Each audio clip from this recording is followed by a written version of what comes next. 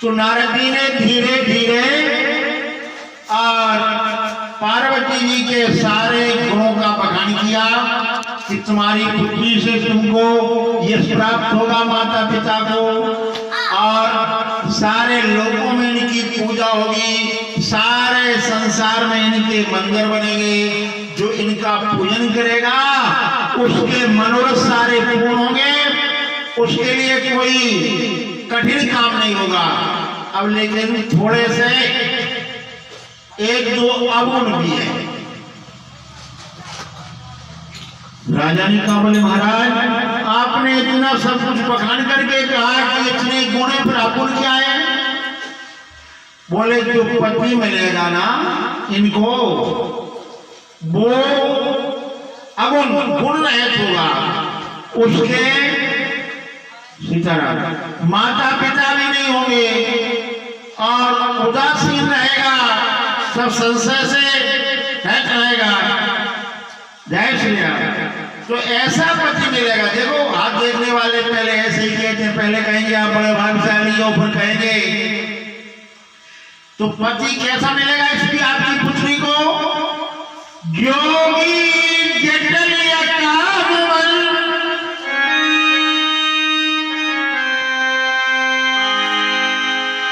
योगी जटल काममल नगन अमंगल में असु स्वामी यही कहूँ मिले परिहस्त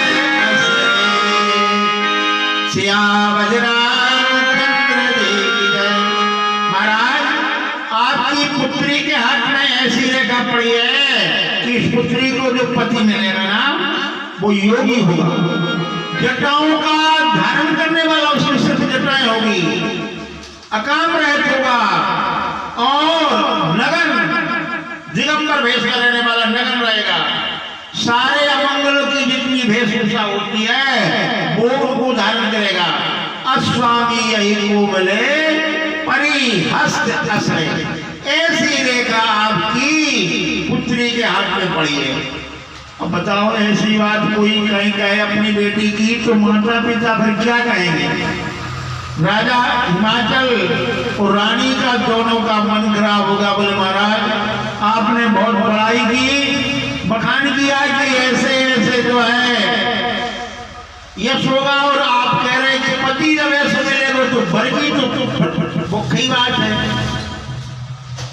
आप मेरे लिए कर गो सुन मुनि गिरा सत्य की जानी जो दंपति है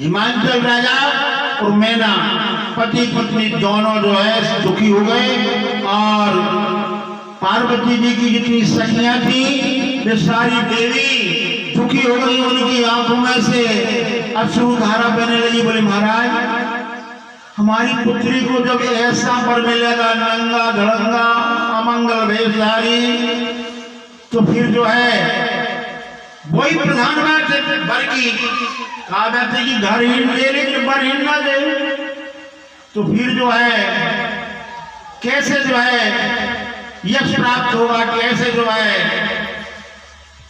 आप सारे कह रहे थे उन दोषों का गुणों का कैसे जो है प्रभाव होगा। इस तरह से सारी जो है समाज पूरा महाराज हिमांचल का मैना से और सखियों से दुखित हो जाते हैं। लेकिन पार्वती जी ने जैसी बात सुनी कि ऐसे ऐसे पति मिलेंगे, पार्वती जी उमा से वचन हृदय दर्रा का पार्वती जी प्रसन्न हो गई कि बिल्कुल अब तो बात पक्की हो गई। जो मेरा शिव जी के चरणों में इसने ऐसे तो शिव जी अकेले हैं वही मेरे लिए स्वीकार कर लेंगे।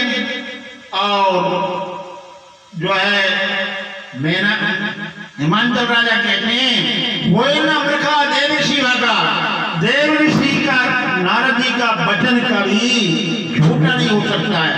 नारद वचन सदा सची सकता। क्या नारद जी ने जो कुछ कह दिया भगवान से भी कह दिया कि तुम जो है पारब्रह्म परमेश्वर हो लेकिन तुम मनुष्य बनो, तो भगवान को भी मनुष्य बनना पड़ा। नारी के प्रेम तुम रो, नारी प्रेम तुम हो दुखारी, तो भगवान भी नारी के प्रेम दुखित हुए। यानी नारद जी का वचन चाहे उल्टा हो चाहे सीधा हो कभी झूठा नहीं होता। इसलिए लिखा है होए ना मृखा, मृखा माने झूठा। देव ऋषि का नारद जी का वचन कभी झूठा नहीं होता है। नारद जी कह रहे हैं तो ऐसा ही पति मिलेगा पार्वती के लिए। अब उमा जी का भगवान शिव जी के चरणों में प्रेम उत्पन्न हो जाता है और शिव जी के चरणों का ध्यान करने लगती है पार्वती जी।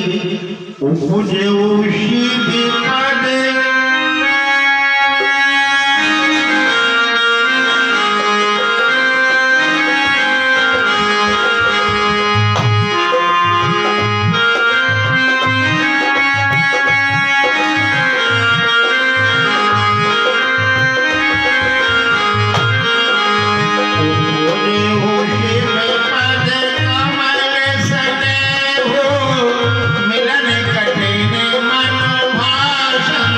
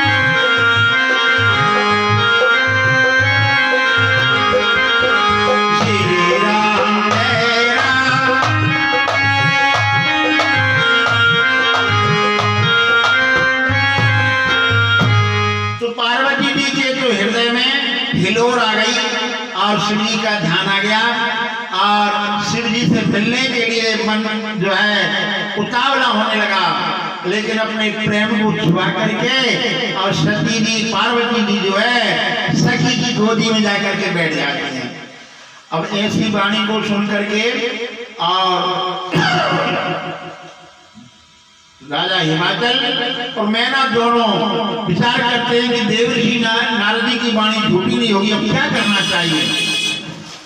नारद जी से पूछते, बोले महाराज कोई उपाय इसका, कोई आप अनुष्ठान कर दो, कोई मंत्र जाप कर दो, कोई भजन कर दो, इसलिए जब रेखा गलत पड़ी है, जब रेखा सही हो जाए, अच्छा सुंदर पति मिल जाए। तो नारद जी कहते हैं देखो